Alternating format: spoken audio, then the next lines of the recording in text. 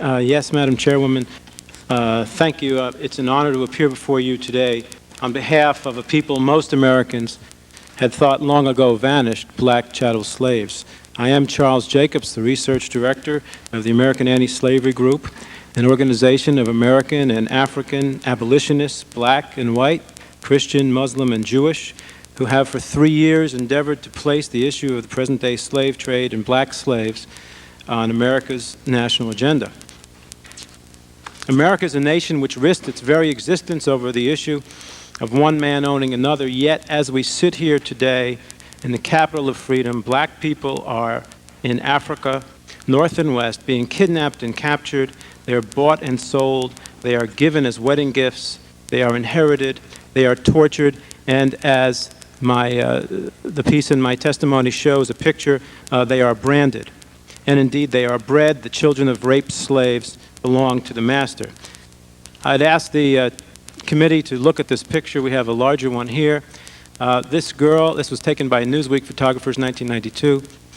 The girl in the picture must be 11 or 12 years old. She belongs to these men. She serves these men. She is a Mauritanian black Muslim. They are Arabo-Berbers. She will be theirs in every sense of the word. Her children will be their children.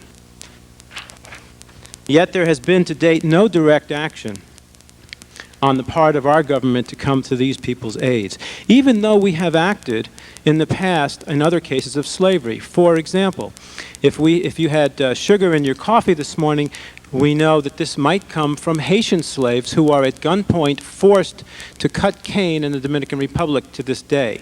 President George Bush actually came to the aid of, knowing our history, came to the aid of these Haitians. However, it continues.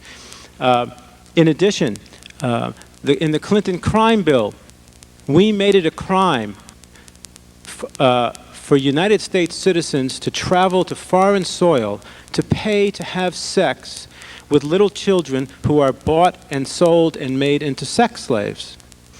Yet and just last year, when it was discovered that in El Monte, California, Thai nationals had been lured into this country with the false promise of good-paying jobs and were discovered in fortresses surrounded by barbed wire, not permitted to leave, forced to make clothes for little or no money until they could pay back their masters for their purchase, Secretary of Labor Robert Reich moved immediately to free those slaves and to punish their slave masters. Why then has the United States not acted on the part of the slaves in Mauritania and Sudan? I am by profession a management consultant.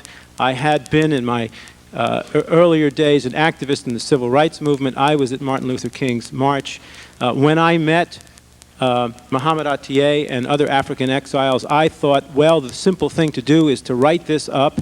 Everybody knows that it's there. After 50 phone calls to the most prestigious human rights organizations that we know, organizations whose reports have prompted this Congress to act before, Amnesty International, the Anti-Slavery International, Puebla Institute, Human Rights Watch Africa, the United States State Department, the United Nations.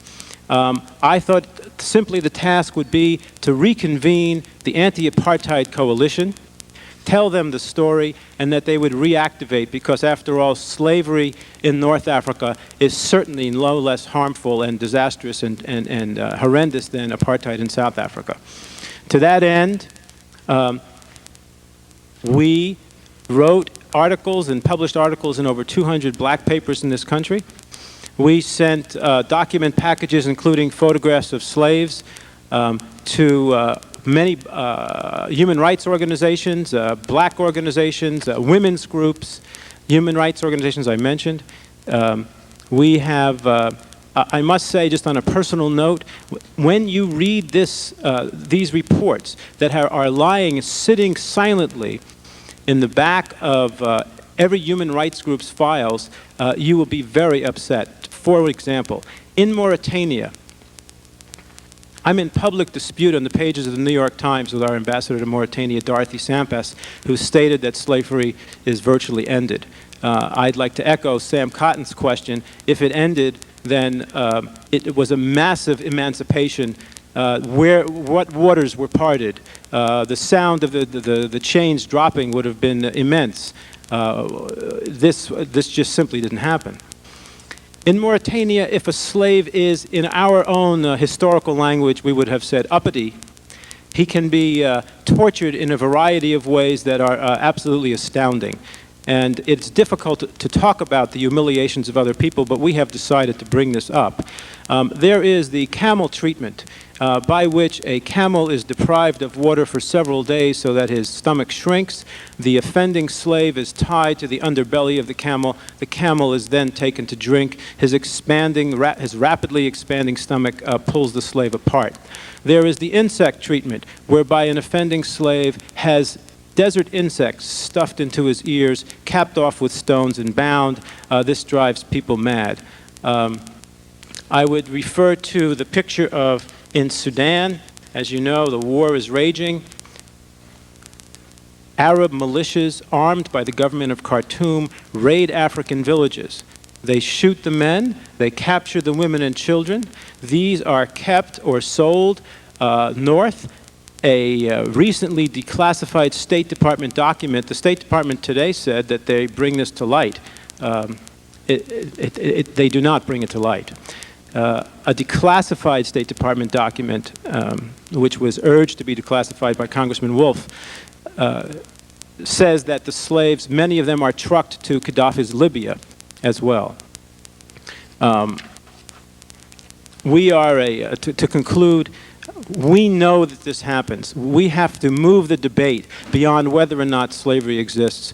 This country cannot turn away. We would be shamed were we to turn away. We must act. Thank you.